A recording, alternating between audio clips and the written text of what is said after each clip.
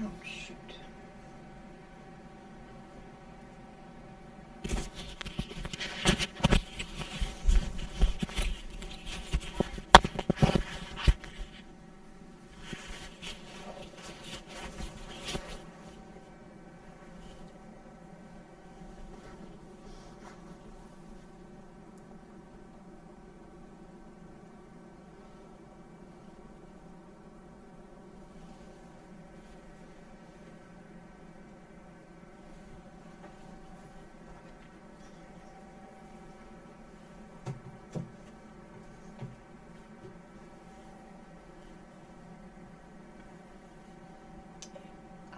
I don't know if my sound is on.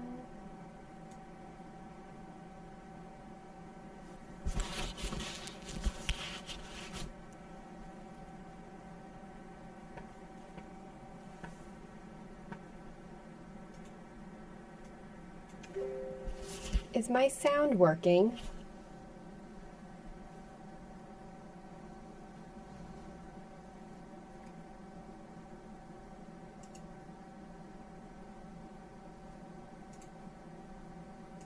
No, good start. Sound?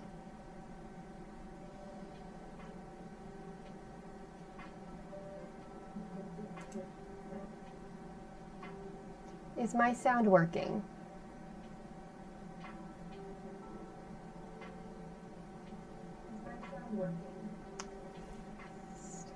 Pretty steep delay.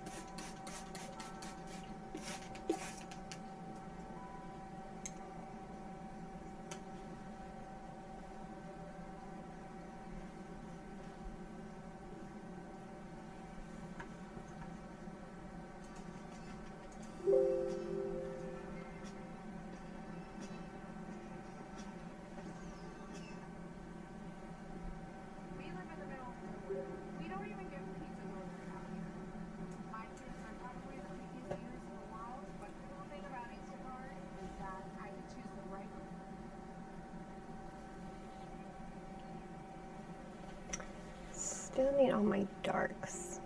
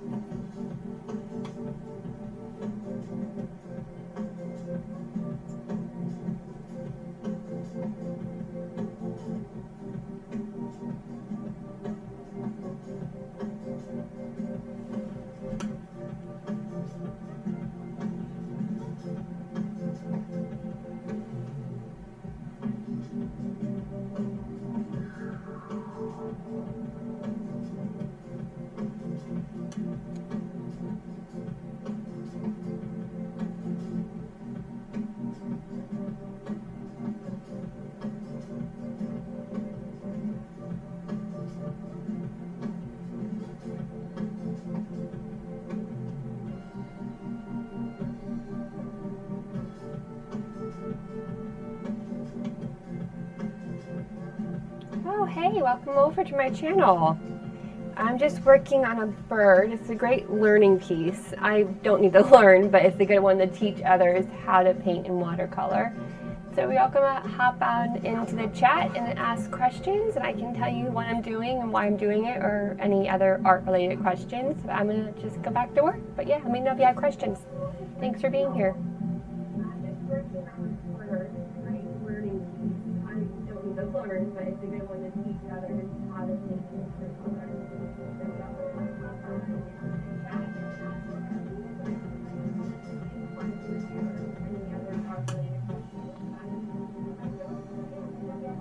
They bounced.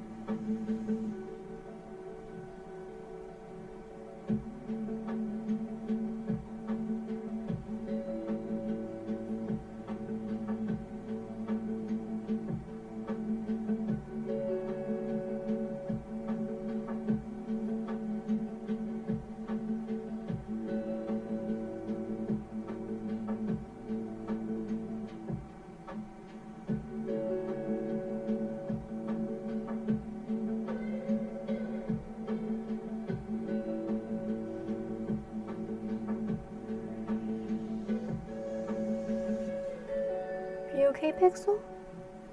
You be good boy.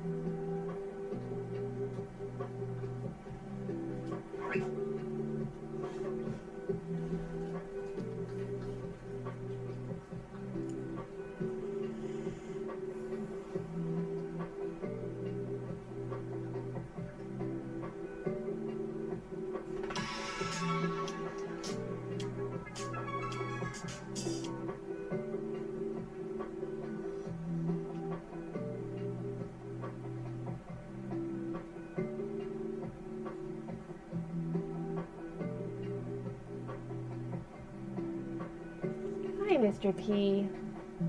What are you doing? Oh, come here. Too early. Come on. What are you doing? You good boy.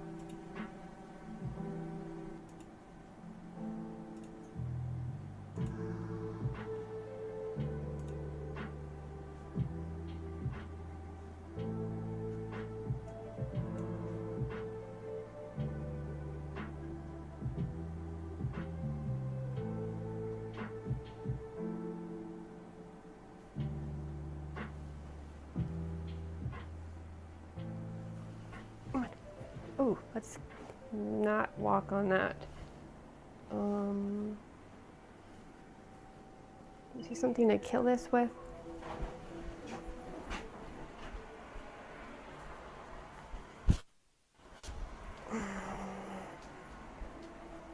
Hold on. That's like the second one I've killed.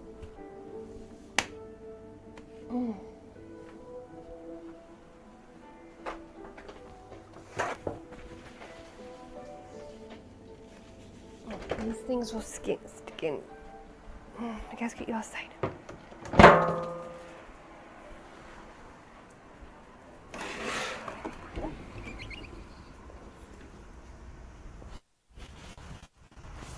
Okay, you go potty?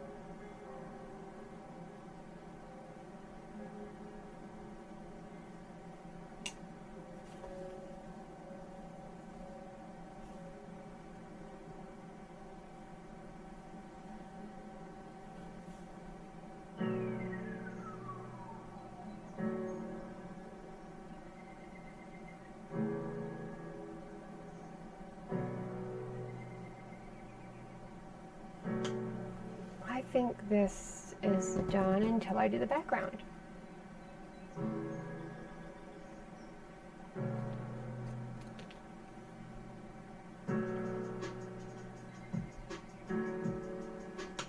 Hey, thanks for watching.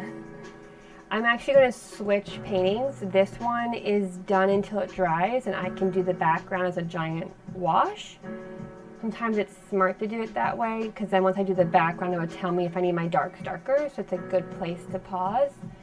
So forgive me as I walk about for a moment. I'm going to move this out of the way.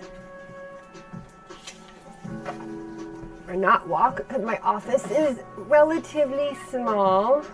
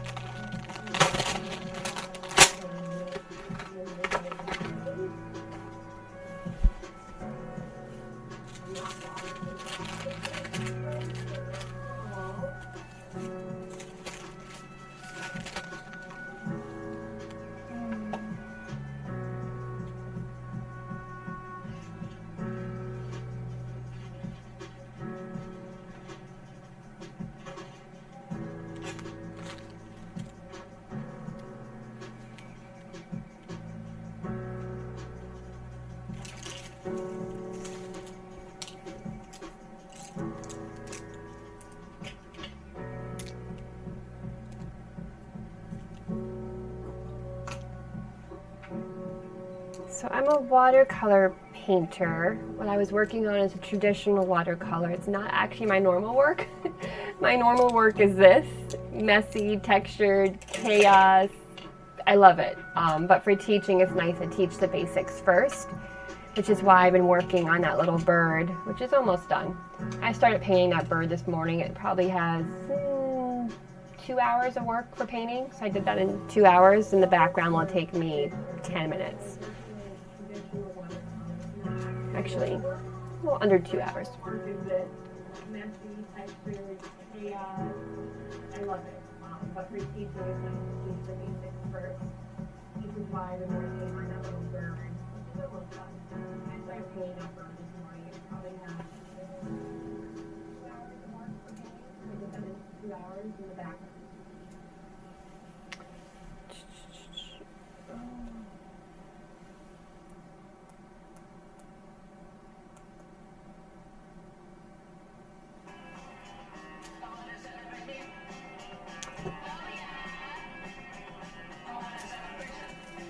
So I'm a talker, but if you want me just to be quiet and work and you just enjoy the process of me painting and my head's not normally in the way, sorry.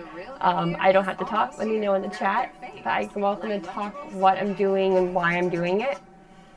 But thanks for being here. Oh, camera. I'm still getting used to this. This is all relatively new to me. Not the sharing and talking art, but the YouTube. So the talking to a lovely black camera with a green light. It's kind of new, a little bit weird. Okay, so I'm actually not going to use watercolor at this point. I'm switching and finishing the lilies. So I'll be working in inks, which is quite different from traditional. My doggy wants to say hi. Pixel, what are you doing, sweetie? I got a Nemo in the way. Come on. Come here. Ready? Oh, my studio lap dog. So sometimes he just wants to be in our lap. My big one's blocking my chair so I can't roll back to make it easier. So they're being quite good. They're a little older though, so that helps. Okay, switching my brain to a different piece. Oh, I got a mistake. Just quite easy to fix if you have the right tools. This is called a scrubber. It's a plastic brush, so it just scrubs and I'll show you. Picks this right up. It does pick up the fiber of the painting, which is not a good thing, so you have to be gentle. The instructions say do it on dry paper. I kind of ignore that. I find it picks it up, but this might have to soak. If something's not coming up, let it soak in water for a little bit, but that's ink, so that's gonna have a harder time, so I might have to use an X-Acto knife Just scrape it up, but I'll see after it sits for a smudge. Okay, let's see.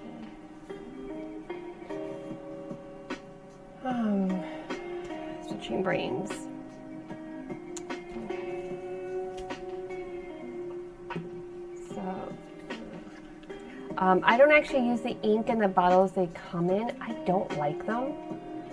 So I buy these little plastic squeeze bottles off of Amazon. You can actually use it a lot easier in your physical piece. But the white is golden high flow acrylic. This is just a fun little toy. The bottle works fine for what I'm doing. I just am so used to the squeeze bottles. So I'm painting in any color. It's best to have a variety. So I usually, I never use these. So I usually have blue greens, green greens, bright greens, just a variety. Otherwise, it's very flat of a painting. But yeah, so still kind of figuring out what I'm doing these. My reference has it like bright green to turquoise, which is darker. I actually like it, but just kind of figuring out as I go. Not really the best answer for what I'm doing and why. But a lot of it is just intuition, what feels right. This color I love. It's one of those colors that looks really ugly in the tube, but is really cool on paper. Again, it's golden high flow acrylic. It's green gold. The one thing you want to watch out for ink is a lot of the inks that are cheap do not say light fast on the bottle. I did a painting in high school with something called liquid watercolor. I was so excited. They were vibrant, they were bright. The piece faded in 5 years. It just became trash. It was completely just junk after that. It was a shame. It was a gorgeous little piece for a high schooler. But these goldens actually say excellent, light fast, flexibility, and UVA resistant. So all my inks I use are that. I have 3 different brands I tend to use. Golden, Holbein, and Dr. Martin, or Phil Martin. But these bottles do tend to jam up, so I find a little needle works really well to fix that. I have broken these. I've pulled out this metal bit, but these are cheap. I want to say 12 for, I don't even know. I bought them a while. I had to buy them twice because I broke a few of them. But usually just a needle unclogs it. The reason they clog is not the bottle's fault. It's me not putting the cap back on while I'm working, so it just dries out. So it's human error, not bottle error. So with the ink, I do not work on a palette with the ink. It will destroy your ink. It will just ruin it. I learned that by doing that. I used it on a plastic palette, and the ink, because a lot of it's acrylic base, just stained it and just didn't come off, so I actually threw it out. And I switched to wax paper, which is when you came and joined my channel, which is what I was doing. Just normal microwave kitchen wax paper. It's probably the cheapest palette you can buy if you're gonna throw it away. The next cheapest is a dollar store or like Goodwill. Dang, this one's pretty broken. I've pulled this out quite a bit. Just go to Goodwill and get a white ceramic plate. I love working on ceramic. This is porcelain. I've had this palette 8 years. It's actually gone up in price. Probably one of my favorite art materials I own is my palette. But when it comes to ink, wax paper, go to. Now the trick with the wax paper, I know why is there a trick for basic wax paper? The trick is fold it in half. I have actually, every trick I have is because something went wrong for me. Live and learn. So I used to not fold it in half because I was a very cheap 20-year-old who had no money and wanted everything to go much farther. And the problem was when it's just one layer and you're rubbing and mixing your color, I've actually put holes through the wax paper and I've stained my table. So folding it in half prevents me from staining tables. So do fold a wax paper in half. I go through a lot of white, which weirdly enough you would think we'll buy it in a bigger bottle because you buy something in bigger bottles. Yes, it costs more, but you're getting more per ounce. I have found the bigger bottles are more diluted and not the same, so I just buy the standard small bottles and I just go through it quicker. So yeah, I'm gonna start painting, but you're welcome to ask me questions in the chat. I'm here teaching and painting, and I need this painting done like a week ago for my own deadline. Every month I do a painting, and that painting becomes a one-of-a-kind greeting card that is only for subscription members. So I turn this into a 4x6 print that I make to a greeting card, and I make a custom envelope, a custom insert for the envelope, all this cool stuff. Well, I can't do any of that till this is done, and I usually try to mail by the 10th of every month, so I'm actually behind. So not so good. But I'm behind for a good reason. I set up YouTube this month. I am learning OBS, which is what you watch YouTube on. I set up a Patreon this month, so my Patreon is very new, so I just actually made my whole Patreon free, just because there's not a lot on it yet, and I am still learning. I'm learning how to have a schedule, I know, for being my age, but I've been unemployed for over a year because we live in Japan, and I'm here for my husband's work, so I actually can't work in the Japanese economy. So it's not lack of wanting to work, it's a lack of being unable to. So I am oversharing, that's kind of my problem, but I am learning again how to have deadlines and a schedule, and having a Patreon is having deadlines and schedules to get you guys everything you're paying for. So while I'm still filling up my Patreon with goodies and how-tos and in-depth videos of one thing, I want to make it free while that's being developed. I don't want to charge you for something that's not ready. So while it's getting built up, it is free at the moment. And my goal is by October 1st, I'm going to make all the videos no longer free. And then I'll have a nice solid schedule and a routine by then. But yeah, so that's me in a nutshell. Lived in Japan a year and a half. Absolutely love it.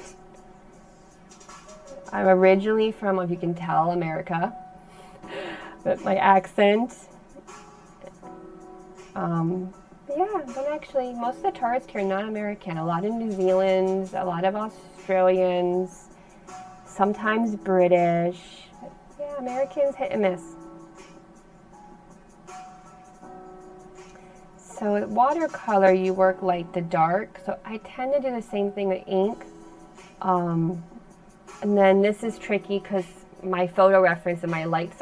3 people. Hi, welcome to my chat. Sorry for the slight delay, and I've done everything I can to make it better. I'm in Japan, so Wi-Fi is not actually amazing where we live. So welcome to my chat room. Please ask questions, say hi. Where are you from? It is 4:40 p.m. where I'm at. So yeah, thank you for showing up. I'm a watercolor artist, but I'm a mixed media artist. Sorry for the repeat. I've been doing this style, which is coffee, paper. It says one does not have the paper, but and a traditional watercolor painting on top, and then I use ink at the end, because why not? And I've been doing this for about, oh gosh, I started painting in this style in 2011, 2012. I became full-time 2016. That's when I decided to start doing art festivals full-time. Well, funny story, I panicked that I wasn't going to make money, and I went out and I left my part-time job and got a full-time job as an art assistant at an art camp, and I ended up doing well enough, so I was working full-time job, getting off, driving 4 or 5 hours to a festival, working a festival, and going back to work Monday morning. And I made enough, so then the following summer I did art festivals full-time, and I was a full-time artist starting summer of 2016. So that's kind of me, and we moved to Japan and that kind of all stopped. So I had to switch art festivals to online and YouTube. So here I am sharing in a different media. Well, I'm not sharing in person now, I'm sharing online. It's kind of me in a nutshell. That's the short story, at least. I was working on a painting in these colors, and I'm switching to greens, so I'm just going to switch my palette over. I don't really want to mix green and orange. It's just going to make mud. So, hey, hi again. Online source or photos you took. Yes, so this is from a public domain site. So, oh, sorry. I'm not tired. I have not been up since 5 a.m. Lovely time getting up early. So I was working on a bird, and this was from a public domain site. This is actually not my photo. I like to composite many references into my own piece. So this is inspired by a 1920s artist, Mucha. He is known for his frames, and so I took a composite of the koi reference, many different lily pads, so that's my own arrangement, and then this is a reference that I then took and made my own, the border.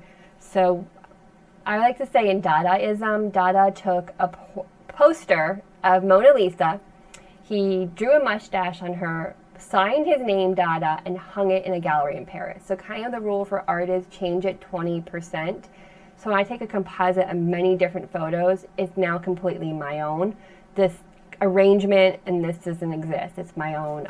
I do use my own photo references when I can. The plus of traveling a lot is I do have a really large archive that I'll slowly be sharing on my Patreon. If you go on my Instagram, one that's done kind of interesting. It's a gorgeous gorge in Japan. That was my own photo that I made into a painting with some small changes. I didn't want all the rowboats. I kept one. But yeah, thank you so much for your question. Hi.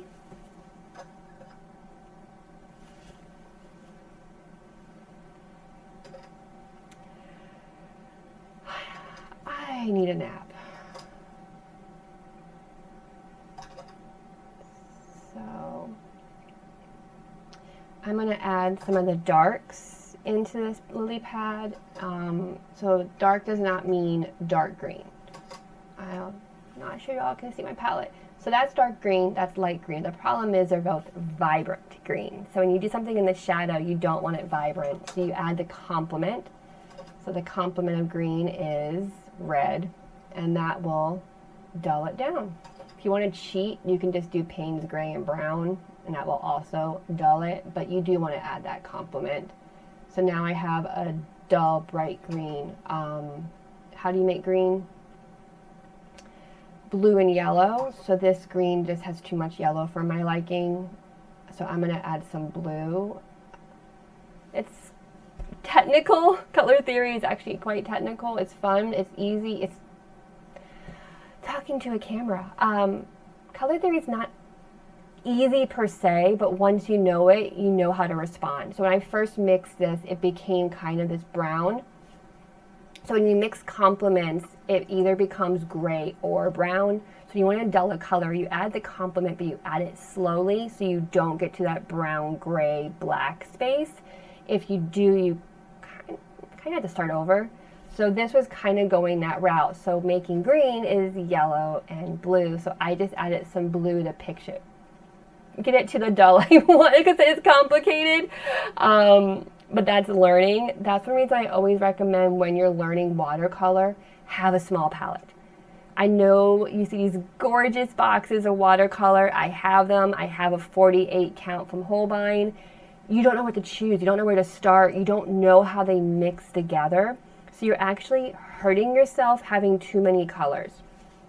I've had this palette and these colors for a very long time. I had this palette, used to be actually small. I got a 20 color palette, and I used the same colors for over 10 years. So I knew how they mixed and how they worked. And during COVID, I got bored like everybody else, stuck at home. And I found this lovely artist, I don't remember her name, I'm so sorry, who was just having fun with color. And I'm like, ooh, I want this color. I want to try that color. So I bought way too many new colors, and then I went to go mix, and I didn't know what to do. Because I didn't know how they worked together, how they reacted. So I actually started working slower again, because it took me a moment to figure them out. So I actually don't recommend when you're learning to have too many colors. So now what I do is if I'm bringing in an outside color, I usually put it on the edge. There's 2 greens here on the edge. Those are the colors I add in if I need to change something up. Like this orangey red is not one I usually have in my palette. But yeah, I would say stick with one palette until you really know it and only add things in slowly. So you can respond quicker. Like I knew this was the wrong, it was too yellow, greeny, brown, and I knew what blue to grab. Versus 48 colors, that's a lot to have to learn. I'm rambling, I'm so sorry.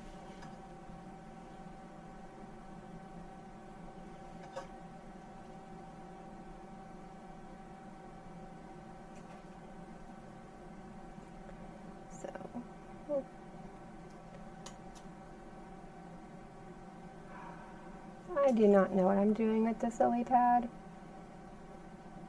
I know it needs darks. I know it needs highlights. I just don't know where.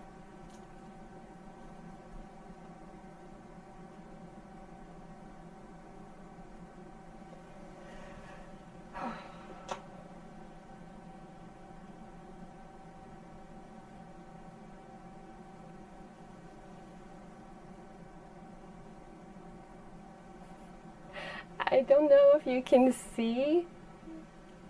It's quite cute and very distracting for me. Let me see. Mr. P. Would you rather watch that than Top of My Head? So this is Pixel. He actually does know the words Mr. P, and he will respond to that as his name.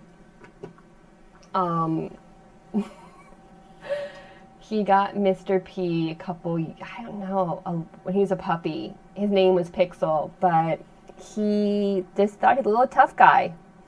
Bark at people, just Mr. Tough. So I'm old enough to know who Mr. T is. Pixel, yep. So Mr. T, the big tough dude, all the necklaces from like 70s, 80s. So Mr. P. But most people, sadly enough, think his nickname means he pees a lot. So, not really the best nickname when people think you name your dog because he pees a lot. No, that's not the case.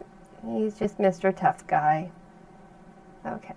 So the nice part about adding your darks is it makes your brights pop. So when everything's kind of in that middle zone and you don't know what you're doing, make your darks darker or your lights lighter, and that will kind of help you know how to solve those problems.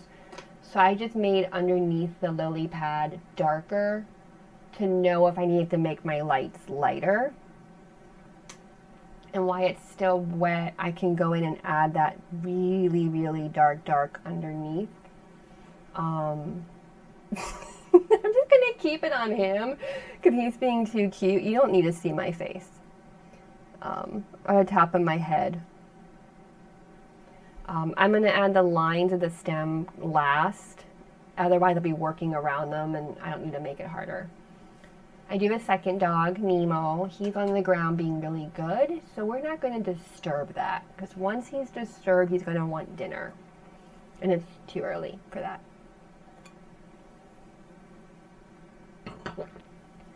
Oh. Actually don't hate this, so we're just going to leave that. And just add. So, I'm not sure. My light, if you're new and you need your light source, you can mark it. Do a little triangle or a circle, or I can, for teaching purposes, my light's like here. So I know where it should be hitting on the highlights, but the lily's curved, so the back end wouldn't be hitting, but over here would be hitting the light. So that's kind of the tricky part. When your references are from many different places, your references will have many different light sources. So you have to ignore them and figure it out yourself. That's the hard part when you combine many things, which is what I've kind of been struggling on these lily pads, because they're round, but then they have the curves inside, so it's figuring out a lot of things at once. The underside is probably the easiest light source because you know it's not, the light's not getting there. So that's kind of a given.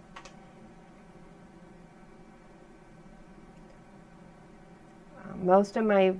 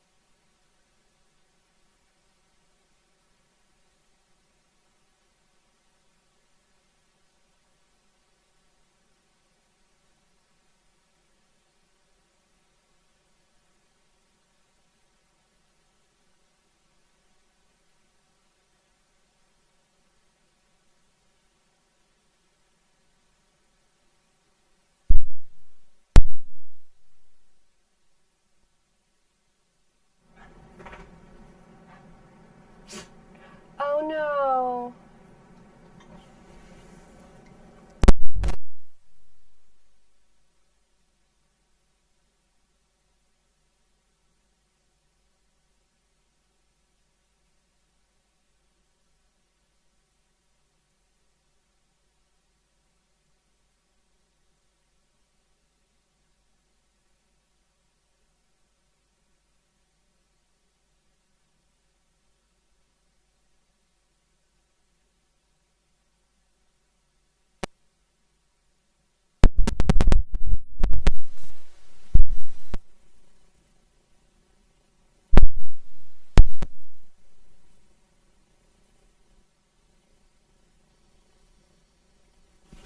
Okay.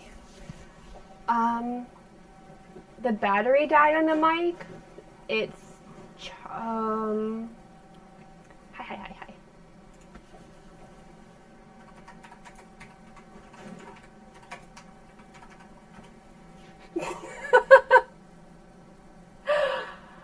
uh,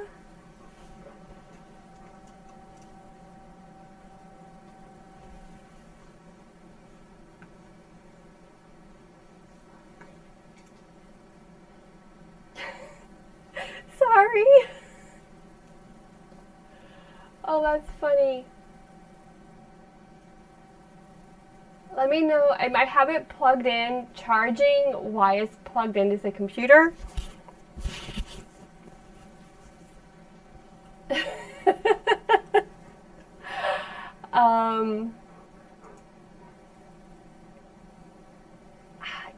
I can do another option, it's just not pretty. So, hi Nemo. Sorry, I'm so sorry. Can you hear me now? Ah, hi. Sorry, hi is yes in Japan, in Japanese. I've lived here a year and a half, so it's kind of habit, and my husband and I use it, so we say hi for yes a lot. I'm not fluent in Japanese. I can't have a conversation, but I can ask for help, I can be polite, I can say order meals and say thank you, but don't ask me to have a conversation. Sounds good. Sweet. Wait, you can hear me? It's not time. No, it's not.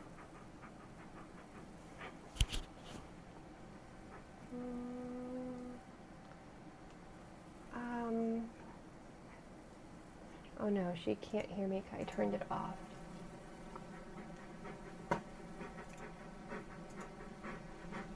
Settings.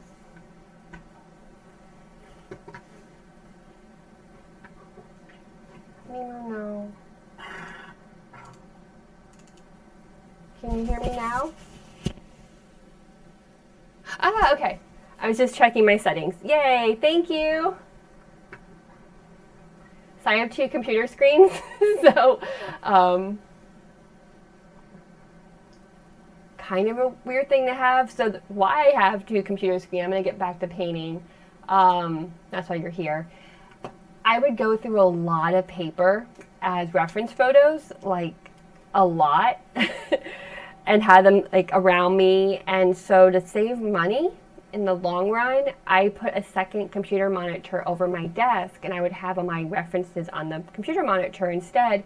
The second monitor was like $200. If you're going through a lot of paper and ink, $200 pays off for itself after a year. And the nice part about having it as the computer monitor, if I need to zoom in on a reference, like an eyeball or something, I can do that. Versus a printout, I have to print it out bigger. So that is why I, weirdly enough, sometimes will turn around is my second monitor is behind me, which is my main monitor, so the volume and settings all are behind me. But I'd switched to the second monitor when we moved here to Japan. Some things here are more expensive, like computer paper, so switching to a monitor is cost efficient. Okay, so this lily pad's almost actually all in shadow.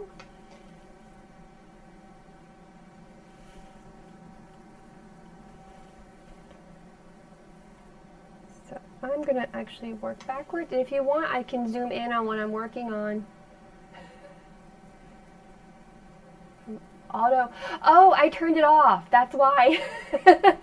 I'm on manual focus, and my two cameras on me is a Logitech, so just webcam, and my palette's a webcam.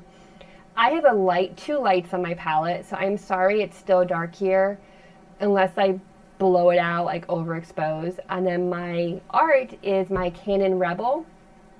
I have it on manual focus, so you won't be having that issue, which is good. But let me zoom in so you can actually see what I'm doing, which means I will have to refocus. So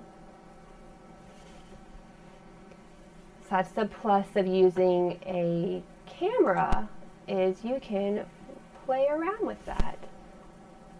And I messed up my camera settings today with the help of YouTube videos to actually make the picture brighter. So this is me focusing, see? But I had to manually do it, which is not a big deal. And then my Canon is what I use when I go about traveling to take photos. It works out pretty well.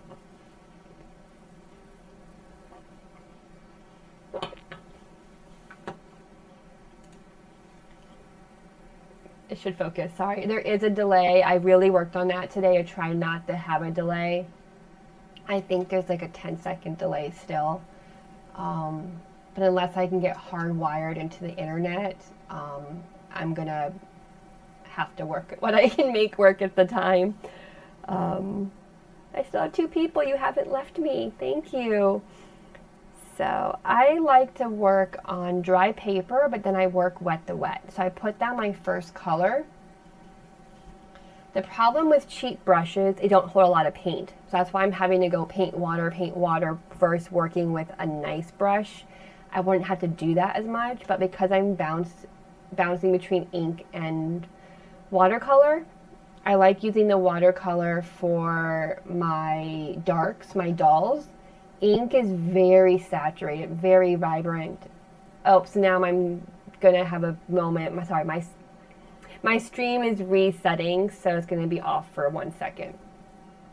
But working in watercolor, I can get those dull colors. Ink is so vibrant and saturated, it's very tricky to get dull. So I usually use the watercolor for my dark dolls and the ink for my brights.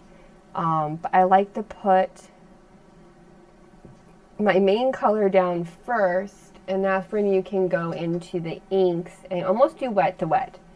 Then you can drop them in and they'll mix together. So it's on dry into wet to wet. Wet in the wet. I need a nap.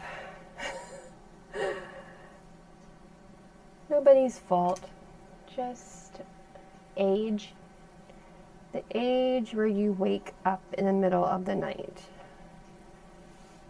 Something I wish I was warned about. I'm also trying to mentally leave some of that coffee stain showing.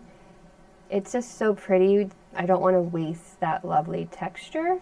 So I'm kind of using the coffee stain to make my lines. One over here, all the lines is a coffee, which I call my underpainting. So I'm having that make the design. But this little brush has such good control for being so cheap. So this little brush is from Jerry's Artorama. They own, I don't know, but you can't get it on Blick. You have to get it at Jerry's. They used, I think, 2 something, but that was in 2024. So I don't know at the moment what they cost, but I bought a bundle of them at once. I also was moving to Japan, so some things I knew that would be hard to get over here, I just stocked up on. And some things, when I go back to the States, I'm going to have to go buy again. Weirdly enough, well, not weird at all, really, some things won't ship here. So we'll go on Amazon, like my speaker, I really wanted this one brand, and they would not ship it here. Because of batteries and lithium, it would have to go by boat, and they couldn't do that. So we run into issues. We want something, they just won't ship here. Or shipping will take 6 weeks, or it will arrive stolen, like empty boxes. It's all a little bit frustrating. So when I was looking for a mic for this, I had to find a brand that would ship to Japan. There is an Amazon Japan, but it's a different membership. So it's just a whole learning. Yeah, it's just coming together. This one came out really pretty. I do not mind my pencil lines showing. I know that's kind of a no-no in some watercolors. I don't mind it if it doesn't look busy. So you have to ask yourself, is it chaotic? Is it busy? Is your eye going everywhere? Then you need to work on it. But if you're focused and I tell you where to look and how to move, then you're good. So artists have a lot of control over the viewer. We tell you where to look first, where to look next, and how your eye travels. And we do that with composition. We do that with lights and darks. We move your eye around the paper. So if your eye is going everywhere, work on your composition and look at your lights and darks. take a picture of your painting with your cell phone and go into your filters. I have a video on my Instagram showing you how to do this, like even on my phone and everything. Go into filters and change it to black and white. Another person gave a great suggestion. They said to decrease your saturation, which will make it black and white. That way you can see if you have enough value, your darks and lights. Sometimes it's hard to do that when it's color. So that's another trick, that if you find you're asking yourself, I don't like it, and you don't know why, look at your values. I have taught on and off throughout my career. I always tell people, trust your intuition. If you're looking at something and you don't like it, that's step one. I don't like it. The second step is why? What about it don't you like? And the part that makes the difference between somebody who has, I want to say, experience is the answer to the why. But your first step is knowing I don't like it, and then saying, well, why you don't like it, and then the last step is how to fix it. So like this, it wasn't popping. Why? Okay, it needed more light. This really would be easier with a watercolor brush, but I'm being stubborn and I don't always like to mix brushes. Change brushes. I promise I'll get some sleep tonight. Tomorrow, oh, if you're kind of a dork and you like Tokyo and you like a thing called Gundam, it's huge in Japan. My husband loves Gundam. I'm whatever. I like anime better. But there's a Gundam, a giant, massive Gundam in Tokyo. I mean, like, huge. And it moves and it's a robot. I mean, it's taller than me. Look it up, giant Gundam in Tokyo. Well, it's leaving. It's leaving Tokyo at the end of the month. So we're going to head into Tokyo because they're going to have a giant light show and merchandise and this whole, like, goodbye party tomorrow and this weekend. So we're going to go do that tomorrow. But yeah, Gundam is huge here. So we're going to a Gundam celebration before it leaves Tokyo. I really like that. So some parts are kind of too wet to make the details I want. So that's when you kind of can bounce another place, go get a drink. You can use a hairdryer. I personally don't use a hairdryer. I'm kind of stubborn that way. I like the paper to do its own thing. Now, if I'm trying to record for a lesson, yeah, I use a hairdryer to speed things up. I look at it needs to dry as a chance to step away from your work. Go get water, let the dogs out, get a snack. Because stepping away refreshes your eyes. You can't always see your problems when it's right in front of you. Especially if you're working on a really big piece, you're too close to see problems. Or you're too close to go, oh, this is actually really good. But when you're focused on a small area of a big piece, you don't see it as a whole. So not using a hairdryer gives you that chance to step back, go do something, and come back with fresh eyes, and you can see those problems. So, sorry, I'm frustrated because I keep using this stupid little brush that I love, and it's not making enough colors. So I'm like, why am I doing this to myself? But I wanted a darker turquoise green versus a dark tree green for this little area right here, and I just didn't have it.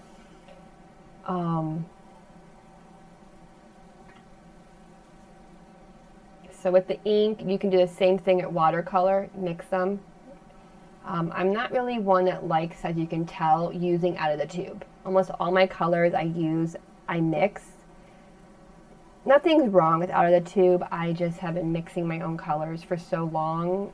I just prefer it. I guess you could say I'm stubborn for my age.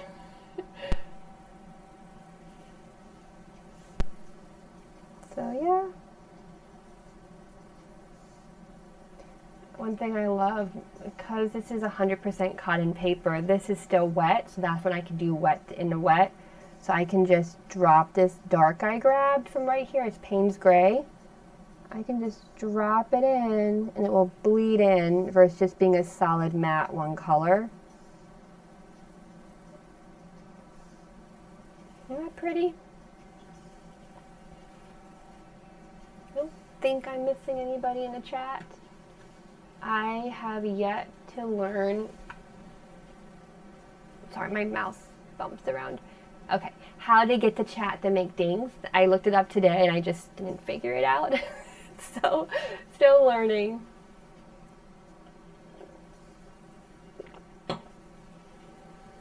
Okay.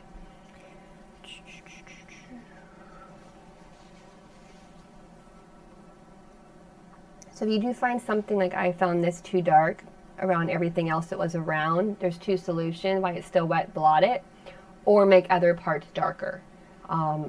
This was just so much darker than this one. So it's just looking at that balance, trusting your eye. Where is your eye going and why? Your eye will go to the darkest dark or the lightest light. So this was so much darker than this. Well, there's two solutions. I could come back and make this darker, and that will also balance it out.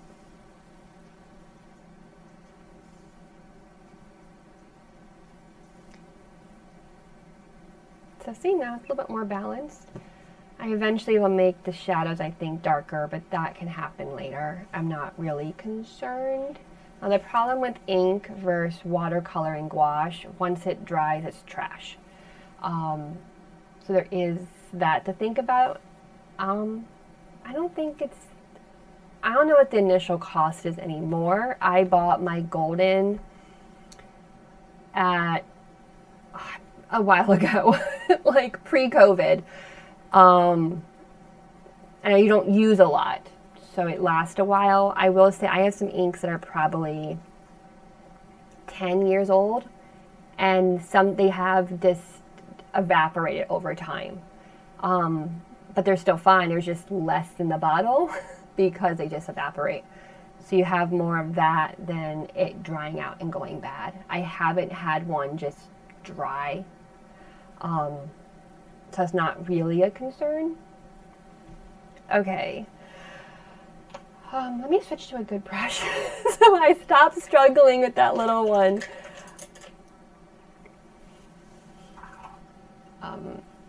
Oh, I'll show you a cool thing. Oh, this is, sorry about that. I didn't realize this was in front of the camera. This water container is from Amazon, and you can just press the button and get new water. Now it's not completely as clean because there are filaments on the bottom. The water goes underneath into a container, you just empty it out and then you really fill it. But it's nifty, you don't want to change waters often. And then I have a second water. But I'm relatively bad on doing dirty rinse brush, clean water, I bounce. So now because I have an actual watercolor brush, it holds so much more water. I can make more of that color quicker versus, hey, you got to learn something. Cheap brushes don't make a lot of color, and nice brushes do. So there is a difference between a watercolor brush and my cheap $2 brush. But I do not use my nice brush with my ink. It will ruin this. I don't know what this costs. Sorry. I buy my supplies years ago and I treat them very, very well so they last a long time. So things change, but I think Grumbracher can go from like $8 to $50. You would have to check me on that on site. It's been a while. My old Grumbrachers are marked from teaching. They all will have turquoise on the end. I let my students try my brushes, so I just marked them all with turquoise paint. I knew I would get my brushes back. So you can see if I hold it still, the difference. It's separated versus a brand new one. Well, I haven't used it that much. But you can dip it in boiling water and it can slightly reshape. But this brush is over 10 years old. And it's still usable. If I was to get it wet, pretty good for over a 10-year-old brush. Okay, let's get this one done. So this is behind in the back, so I'm going to make the whole thing darker because I want to push it to the middle ground. So already better. Any questions, guys? I feel like I'm talking to space out here.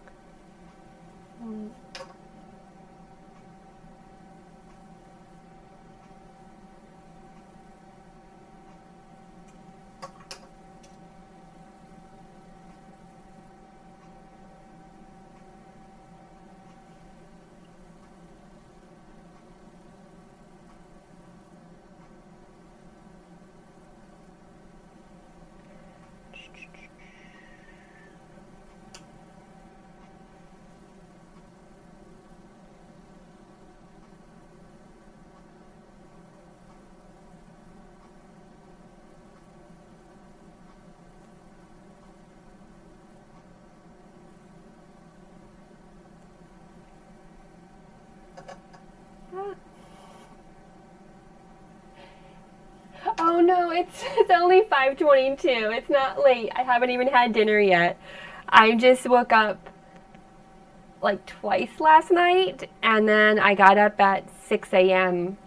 Well, 5 a.m. and then 6 a.m. and my dogs get me up by 7 every morning, which is actually not that early, but my husband gets up at 4:50, so I'm just kind of used to it. I just kind of run on slightly tired.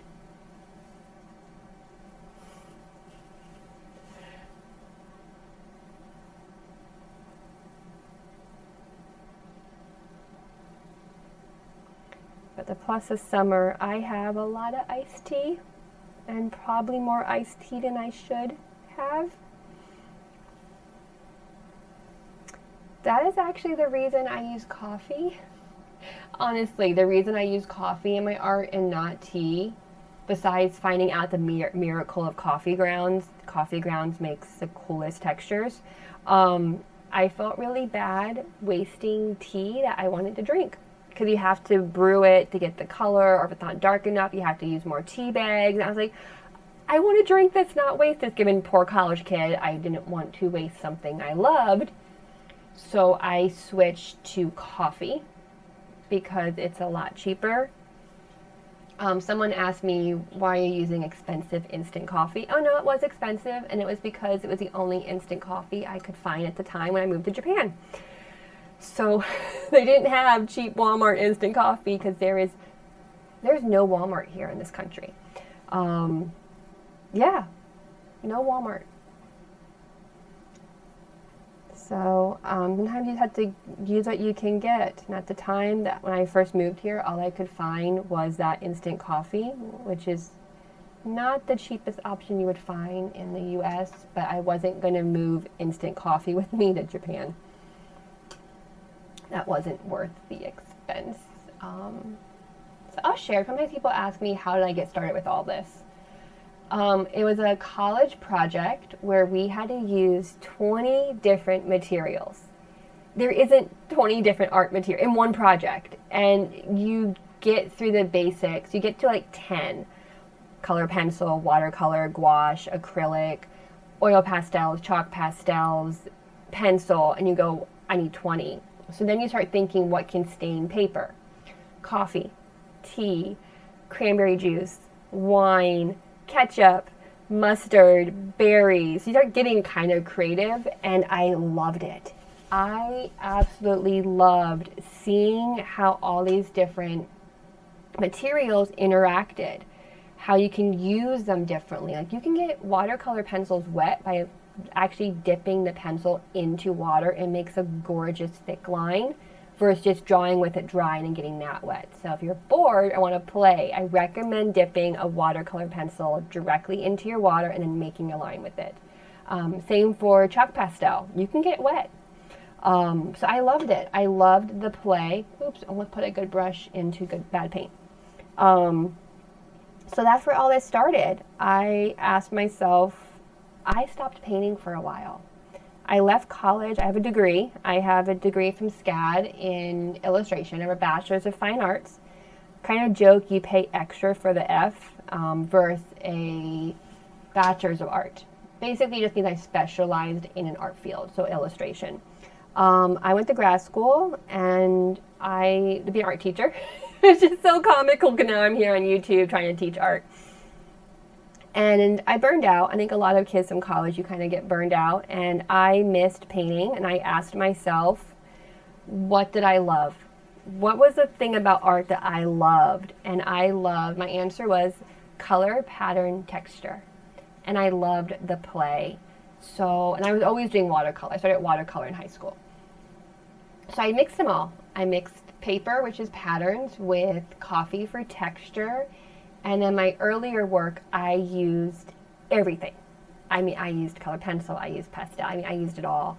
But over the years, I've gotten kind of down to the main three things: coffee, watercolor, and ink, and then paper. This one doesn't have the paper. Paper actually makes it much harder. There's more elements, and it's a harder painting to do. My Instagram has a lot of time-lapse videos where you can see the paper, and it just takes about a month to do a big one. It's actually harder. Painting a watercolor is easier. I can do it much quicker. But yeah, so I just kind of asked myself what I love. Some people, I know especially kids in college, like, how do you get your own style?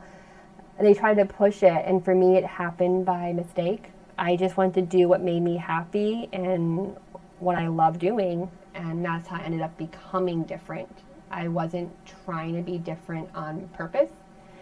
I just wanted to create art, and that's how this kind of came about. So you'll see a lot of story like in my art, and that's my major, telling a story. So yeah. Learn more about me. So it's coming together. I'm going to leave the dark ones where they're at because they're wet. I can't go and add the details because if I start doing the lines in the back of the lily right now, it's just going to blur. So I'm just going to leave it alone, let it do its thing. I'm not sure what you guys can tell. Sorry. Oh yeah, it's zoomed in, so it won't matter. But yeah, y'all are sticking around, not boring you too bad. Thank you. I'm gonna do the flowers later. It's kind of that debate and how much of that coffee, I call it my underpainting. I want to keep showing what I want to hide. I know I'm going to keep it showing on the lilies here. I really like that. They came out so pretty, but all I want to do is add the shadows and the drop shadows so they separate from each other. I started doing a little bit of that on the ones up here. I actually didn't like how it turned out. I did the markings of the lily, and it wasn't needed. I think just doing the basic shadows is all it needs. Like the shadow here. So I'm going to actually probably remove this. But yeah, I still haven't figured out some things. I know I'm going to paint the border because I don't like it. It just looks like coffee stained paper. Okay. Sorry. Where am I at? So I'm getting there. This is kind of a gnarly tangent. They're not meeting very pretty. So tangent's like a math term, two things hitting at a point. So in art, I had a teacher in college who just hated tangents. She was all about tangents, so it stuck with me 20 years later. So think about it as if your eye is questioning you. Is this the top or is this the bottom? Where do they meet? So you're getting those questions. When 2 points meet, it's a tangent. Like, it's unclear what you're looking at. So, oh, I bored people. That's okay.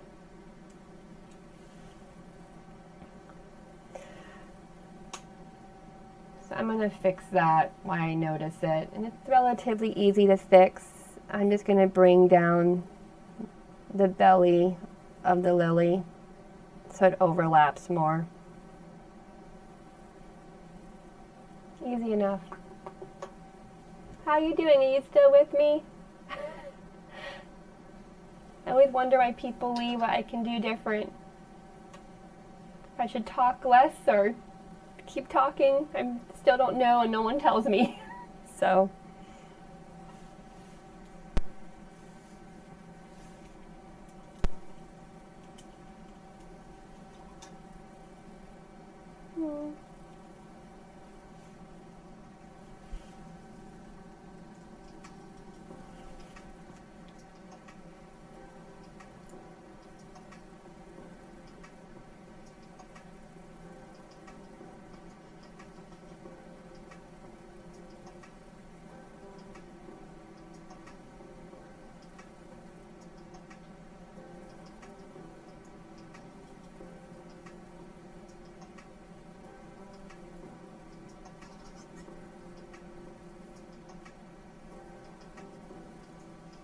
Hey! So I took a moment of phone time.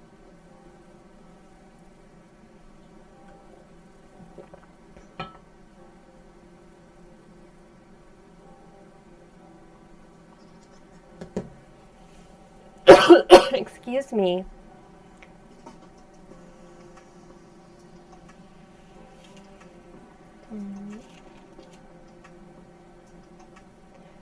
So I'm working on these lilies, which is tricky because my reference photo does not have the same light. So for learning, my light is at this angle. So I'm slowly figuring out where all my lights will go because my reference photo will not be helpful for this.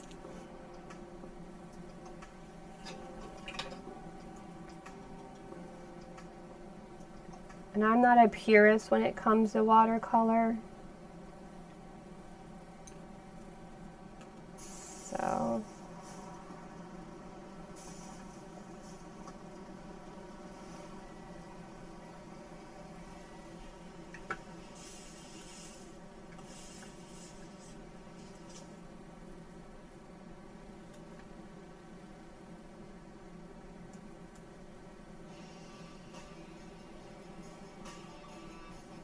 hey,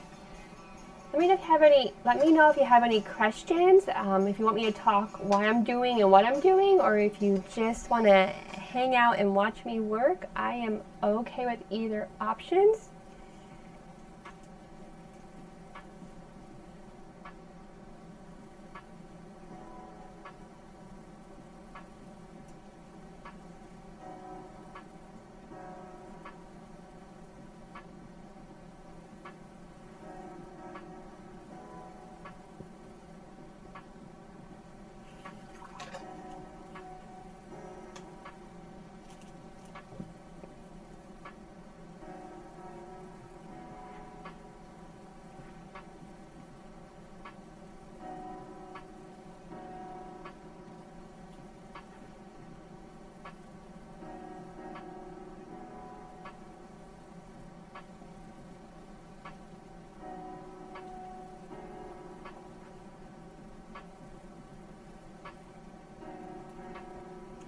So I will say when you're using white, never use it pure.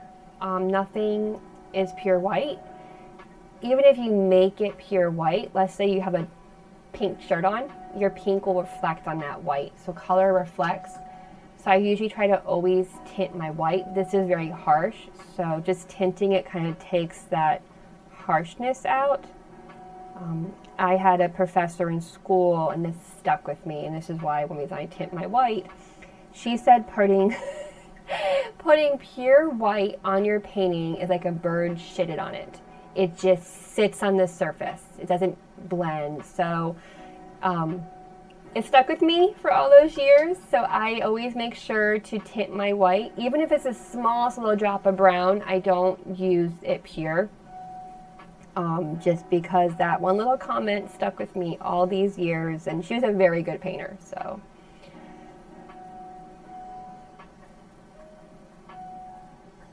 If you do use white and it feels harsh, just tint it. Just add a smudge of the color it's next to, because the color it's next to is what's reflecting. So since I'm doing green, I'm tinting my white with a little bit of green. I would say the only exception for using pure white is the white of the eye. Every eye will have that little white, that reflection of light hitting it. So this is where my light's coming from. For those who are watching, that's why the bottle's there, so you all kind of know where I'm getting my light from. But this lily has no darks, so that's kind of what I should be working on. If you have any questions, feel free to ask them in the comment box.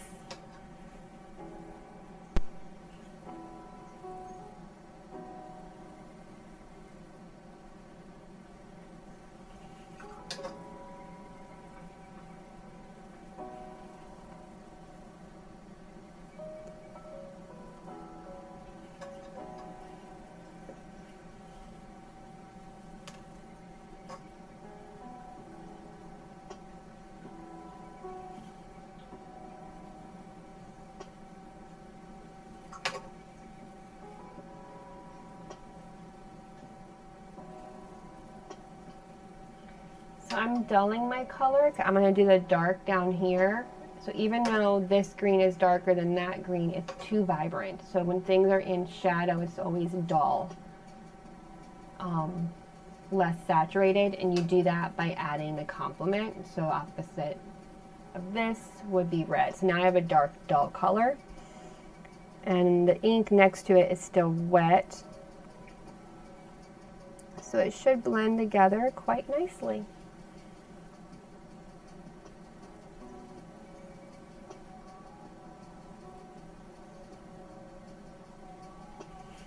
I'm just going to pull that up. So I added water, so it should go from dark to light because I'm diluting it as I move.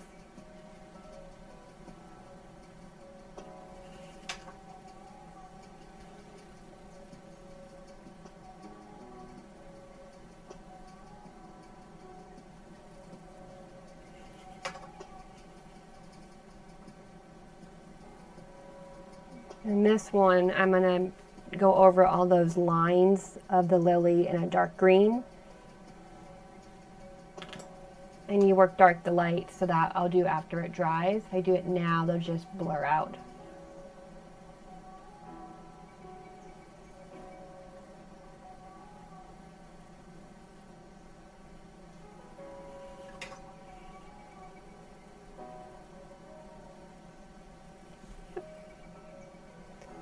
That's better.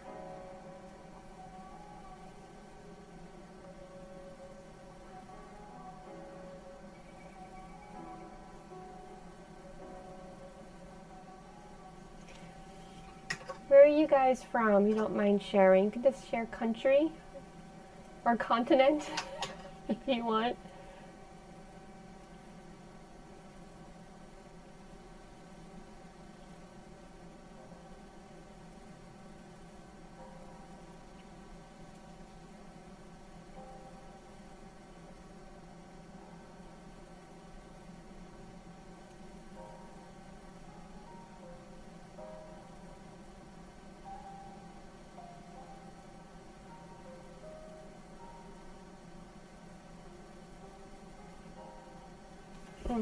I say top of my head a lot. I am sorry, the dog is probably more interesting to stare at.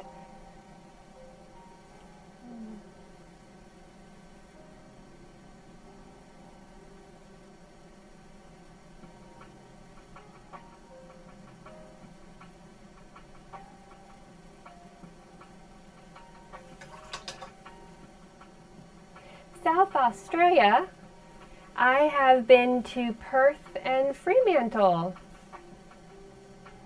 And thanks for subscribing to my channel. Really appreciate it.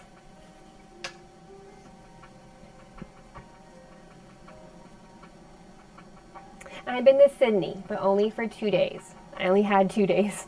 That was my layover from Perth. Well, it's a weird way to go, but I personally just wanted to see Sydney, so I went out of the way to spend a few days there. But I very much enjoyed Australia.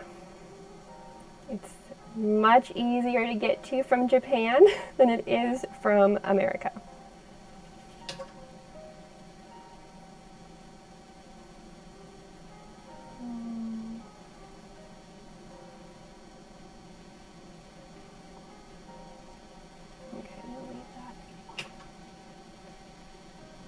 So this and this are blending in together, but I plan on making underneath darker, which will then make this pop. So I'm not going to fix this now, because later on when I make underneath darker, it should fix itself. Watercolor is hard because you have to think multiple steps ahead, and you can't just like scrape it off like oil or recover with acrylic. So you do have to kind of think those steps ahead, which just comes at time. It comes at learning, going, oh, I did this. Oh, what a, you learn. That's how things just are. Like, I'm new to YouTube, so I'm learning. So anytime you do something new, you're not going to be great at it because you're learning how to do it. Okay. So I hope seeing my palette's helpful. I figure seeing how I'm mixing colors would be good.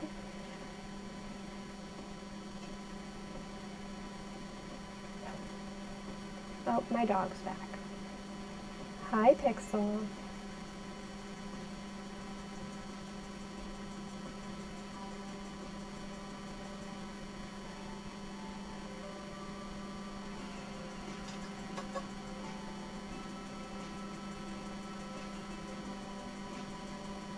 I got a lily there I forgot about. There's one tucked back there.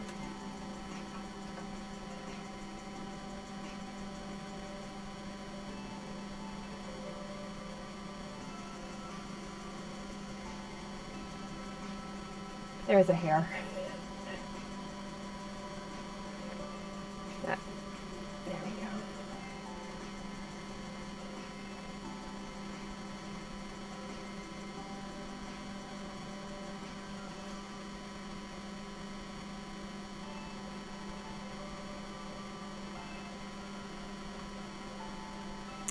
For those who live in Australia, you have a great paint company called Matisse, which is quite expensive in America and harder to get. So do enjoy that perk. If you use oil paint, I think they make acrylic. I don't know. I know they make oil paint.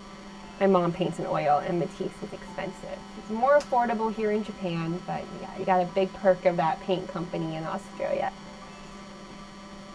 And if you're in Japan and you like Holbein is so much cheaper here. I bought a Holbein 12 set of their pastel colors. It was, I think, $20, and in the US and Amazon it's over $50. So if you do come to Japan visit, stock up on Holbein. Holbein's made here in Japan, which is why it's so much more affordable. There's no tariffs or shipping. But Winsor Newton and Daniel Smith is harder to come by and more expensive versus the States. So one thing my husband and I have fun doing is visiting art stores on our travels. So I've been in the art stores in Australia, also bookstores. One part about being in Japan I miss is finding books in English. So in Australia I stocked up on books because I could read them. I cannot read kanji or katanana. I'm saying that really wrong, sorry. There's 3 alphabets in Japanese. They're not called alphabets. Okay.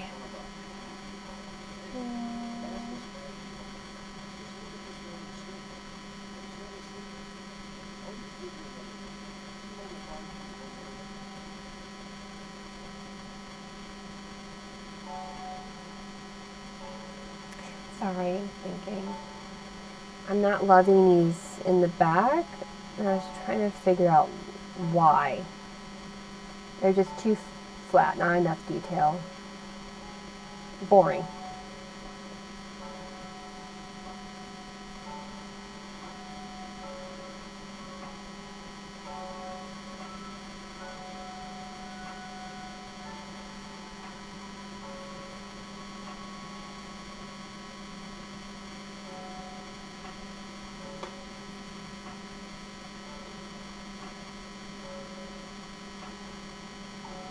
That's already better.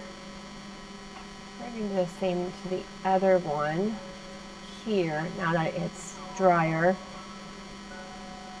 I can go add some details into the dark.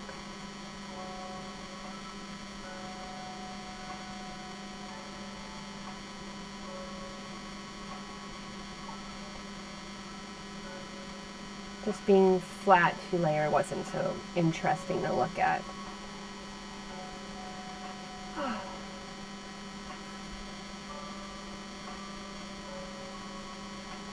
So using a watercolor brush, I'm having a much easier time picking all this up.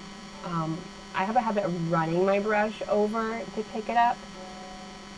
I don't know if that's wrong or right, it's just how I do it. I kind of scoop it up that way. But I can get a lot more paint on my brush and water by using the correct brush type.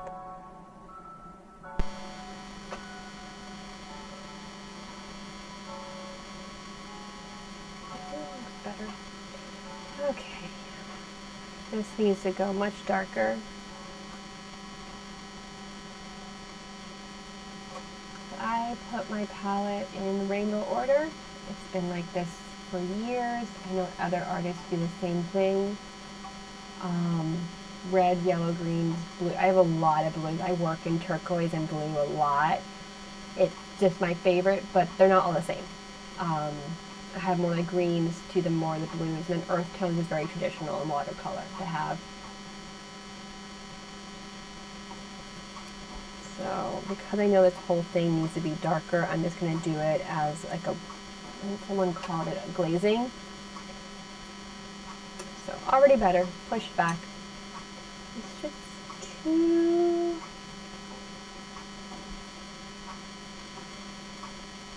light.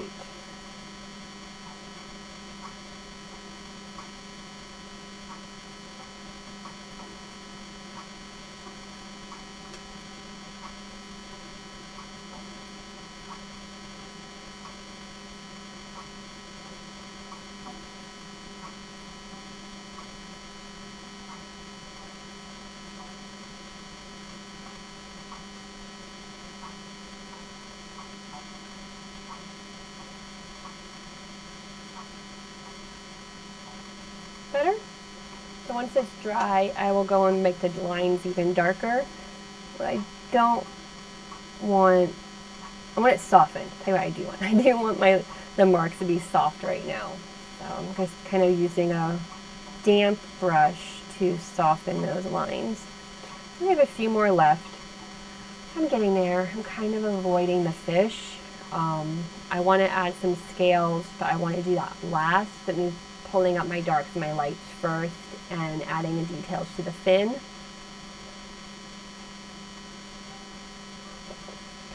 Everything else is just basically I have to do the work. It just means doing it. Sounds easy, right? Just do it, Kristen. Get it done. My goal is to finish this before Monday. That's not a crazy goal, is it? Monday? And I'm gone half the day tomorrow?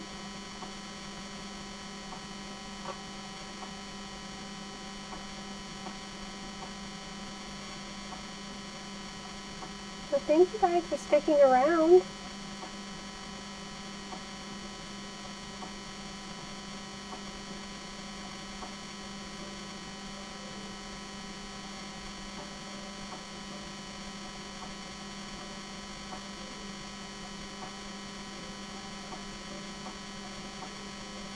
So my goal is to consistently be on YouTube Friday mornings, Japan time, or 7:30 p.m. Eastern Standard Time, Thursday night.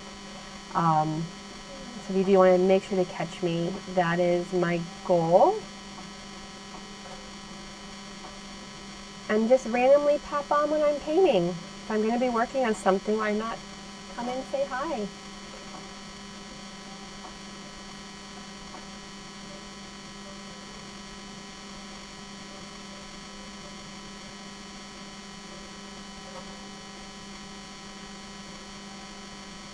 Oops, that was the wrong color.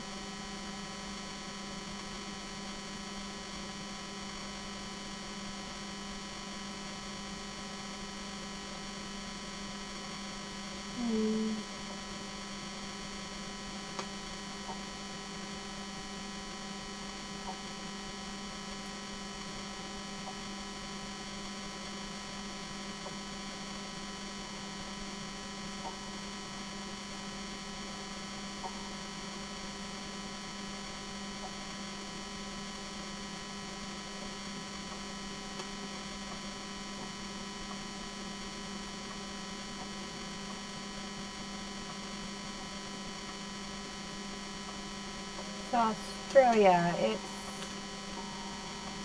spring there, end of winter.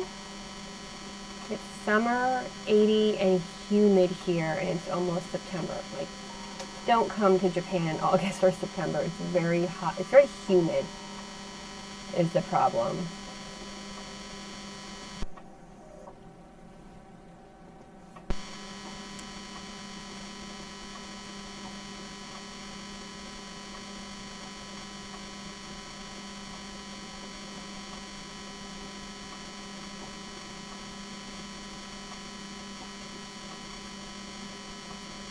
So because it's so humid, we do have dehumidifiers, so I don't really worry about my art never drying.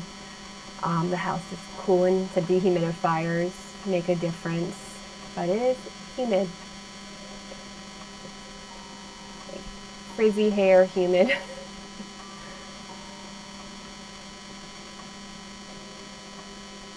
I'm just going in and adding my highlights in. Now, if you're just using watercolor, I'm doing the wrong order. You want to work light to dark, so you would keep your highlights and add your darks. But with the ink, I have my shortcuts to do things slightly out of order. But I had to bring in more. Oh, I can't use my palette. Oh, you can't. I'm sorry. I had to bring in more ink because it does dry, and once it dries, you can't bring it back to life.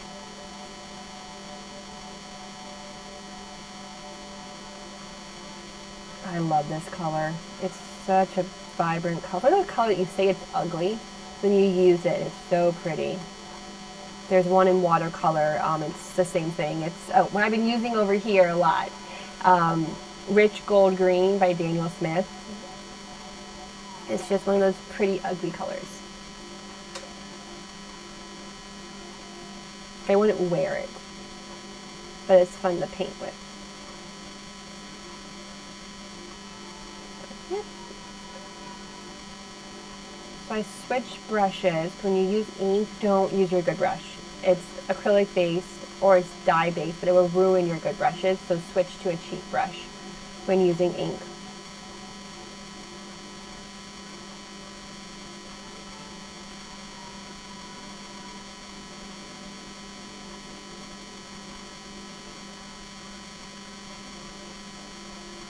It's better.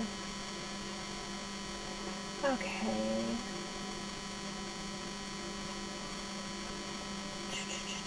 Sorry, I'm just thinking what to do next. I have a few tucked back there.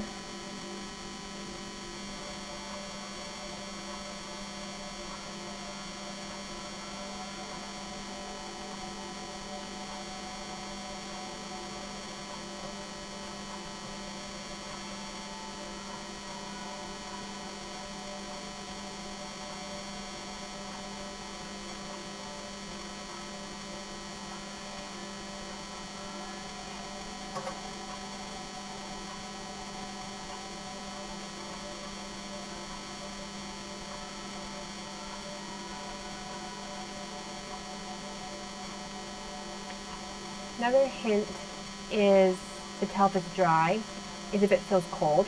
It's still wet. Also, it's bowing a little bit, the paper. So I'm touching here to see if, well, when it feels damp, it's cold. So I can't go in and do the details yet, otherwise it would just blur out. So that'll probably be a tomorrow thing.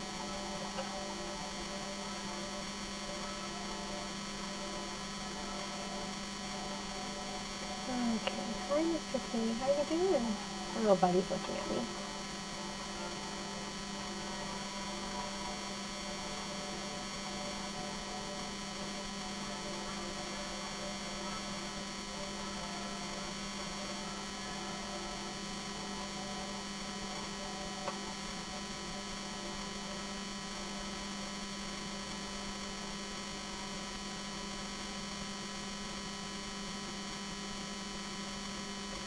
Okay, not too many left.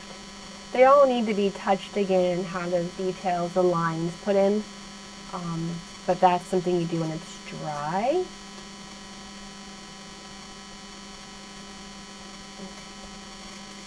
All those colors are drying on me.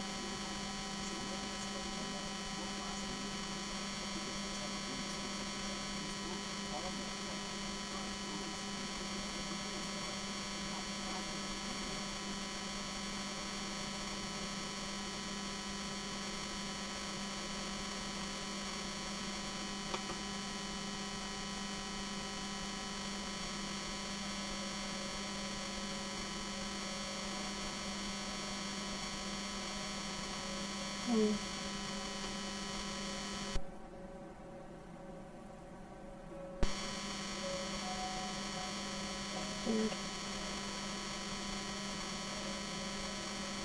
The paint's not taking very well. And it's not the coffee, it's almost like they got glue or something. Fine, there's always workarounds. The nice part of kind of being mixed media, you can tweak problems a little easier.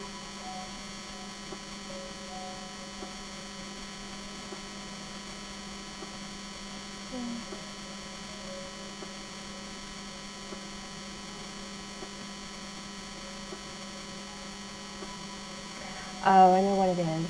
I added some of the white ink when it was doing the coffee, like here and here in the fish. So I'm having a really hard time getting the paint. You can actually hear it. So the paint's not sticking there because the white ink was too thick. I had to do multiple layers to get it to take.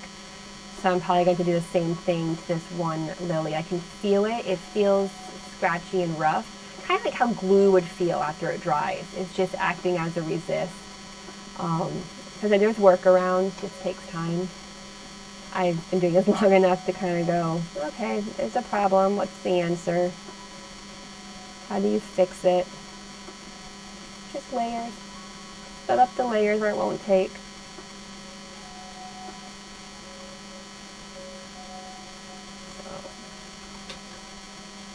I will say the problem with bringing in sometimes watercolor contests or will only be watercolor only. They might not allow the coffee or the ink. Some will say no gesso. Sorry, not gesso, gouache. So sometimes being more mixed media watercolor, I can limit where I can submit my work. But I also get to submit in mixed media, but I'm not how you truly would picture mixed media. I fall into two worlds, but neither foot fully in either. So sometimes that's a little professionally frustrating.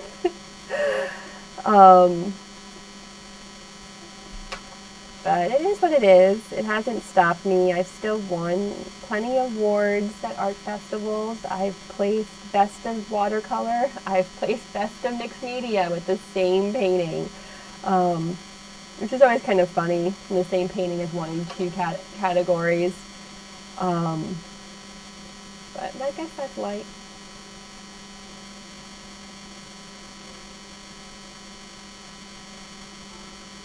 I like this.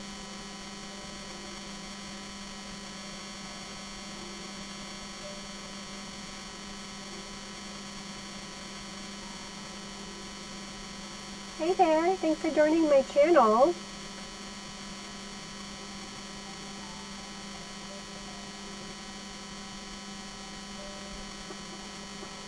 So, this got a little confusing. Now I have to kind of figure out why. It's folding versus all meeting in a point. So I just have to, there we go, a little bit less confusing.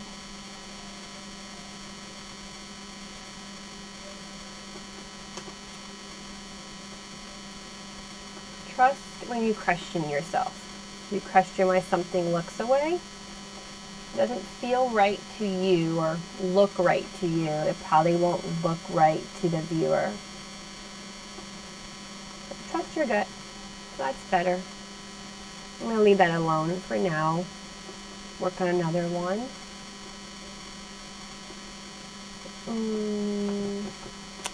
I got these two.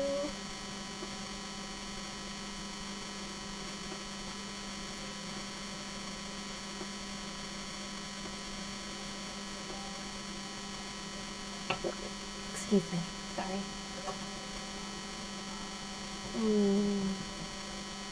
Nope, not dry.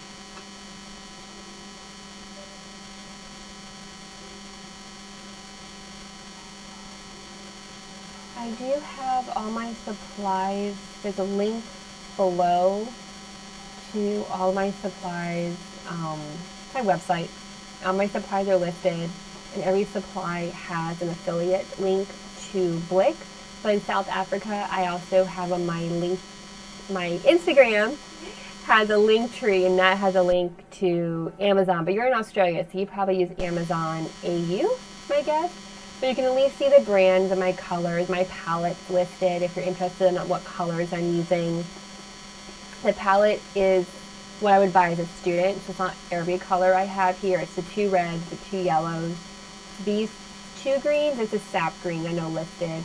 Cobalt blue, I think 2 other blues. The earth tones are all there. So it gets you a nice starting palette. Another cheap way, well, cheaper, if you're getting into watercolor and you need to get your colors, is to buy, I have it listed on my supply list as an option, is on Blick. I have it there. Sorry, I'm pointing to you because I look at the screen, you're on the screen to me. It's a travel set. So it gives you 12 colors or 12 basic starters, so it's cheaper to buy all 12 in one kit than to buy every tube separate. So that's a way to kind of save some money, is to buy it as a pre-made set than it is to buy every tube on its own.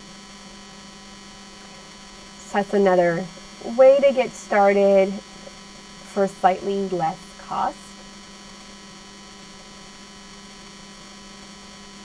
And then I find that there's a color I use a lot, Payne's Gray.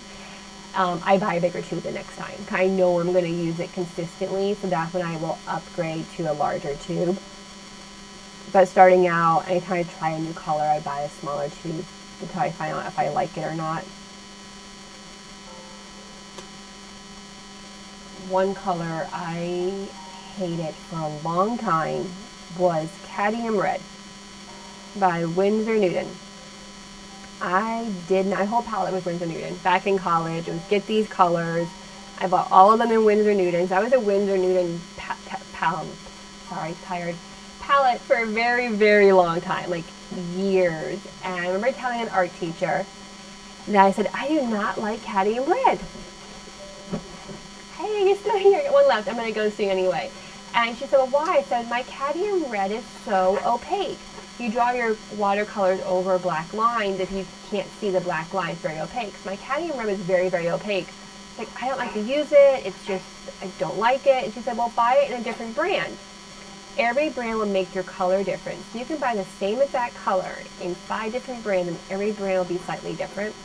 So if you do find that you want the color but you don't like it, try it in a different brand. So I switched my Cadmium Red, I believe, to Daniel Smith. I have one person left. If you're going to go buy Payne's Gray, buy it in Winsor Newton. I had a student buy it by Daniel Smith, and it was opaque. I'm like, why is this opaque? There was white in it. Like, why? So my Payne's Gray by Winsor Newton, and that one does change a lot by brand. So that's one of those. Usually I tell my students, it doesn't matter what brand, use what you have, bring what you have, it's okay. But I had learned the hard way, Payne's Gray is an exception. It's not, it can be very different from brand to brand.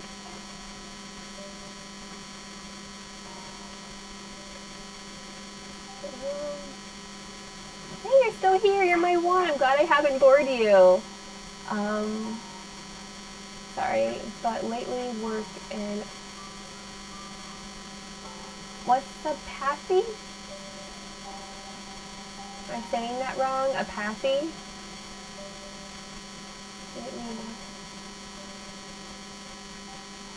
I'm not sure if I'm reading that wrong or if, I don't know what it is. I have to look it up.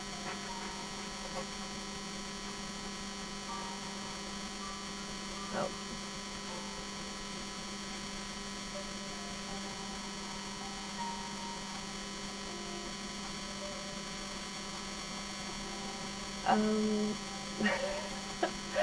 So I have a very big dog, and he is very nicely asking for dinner.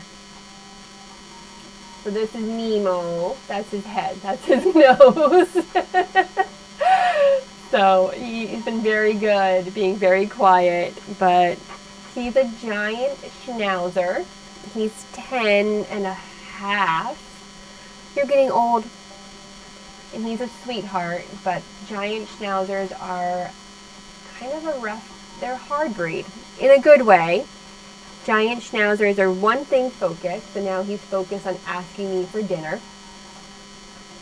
They're needy, they want couch time, they want cuddles, they just want to be near you and love you. Versus my little Havanese is like, I'm gonna go lay on the floor, leave me alone. So a lot more independent. But yeah, this is Nemo. He's our big baby.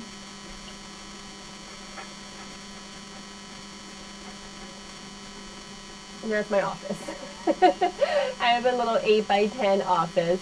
Japan has much smaller houses, but I mean, 8x10 is big for a lot of people who are in the arts. So not a complaint, just I have a lot of furniture in a small room.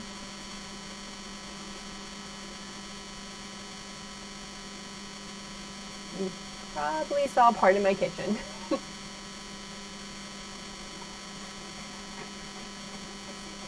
You good boy. Yeah.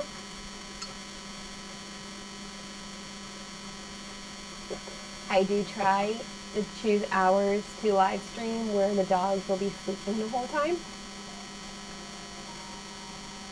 So dinner time and breakfast time is not a convenient time to be on here.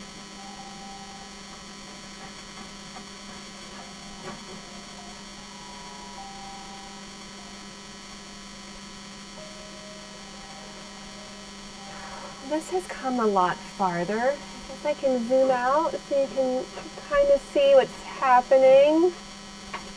I'm going to have to go because they do need to notice my dog's getting very friendly. He is wanting his dinner. So on the side, if I was zoomed in, I cleaned my brush off on a paper towel in between marks. I know Nemo. Hi. You need to sit. Sorry, he's a giant schnauzer. So there you go. This is a whole piece. This is now really wet, but in between, I go get a color. And it's too much on my brush, too wet. I'll dab it on here to get excess off. I also will clean off it sometimes, so I thought I was doing off to the side, which was not on film. This container has grooves on the bottom, so you can kind of get clean it.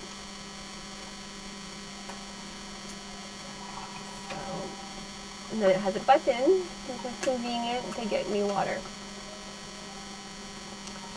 My desk is a drafting table from the 1940s, which is super cool, and it's at an angle, the drafting table. So I have it at a slight angle so when I dry my brushes. So this is trash. This won't remake. So that just goes away. But when I dry my brushes, I always leave them on my desk pointed down when I'm working because it's at a slope. Otherwise, you don't want to leave your brush like this or in the water. You basically always want to make sure whatever you have in the brush is going downwards, never upwards. That will ruin your brush a lot quicker. And then this will just dry out overnight, and tomorrow I'll go add the details. Well, thank you so much for being here all the way from Australia. Super cool. I am going to sign out to go feed my puppies, because they're not puppies, they're senior doggies.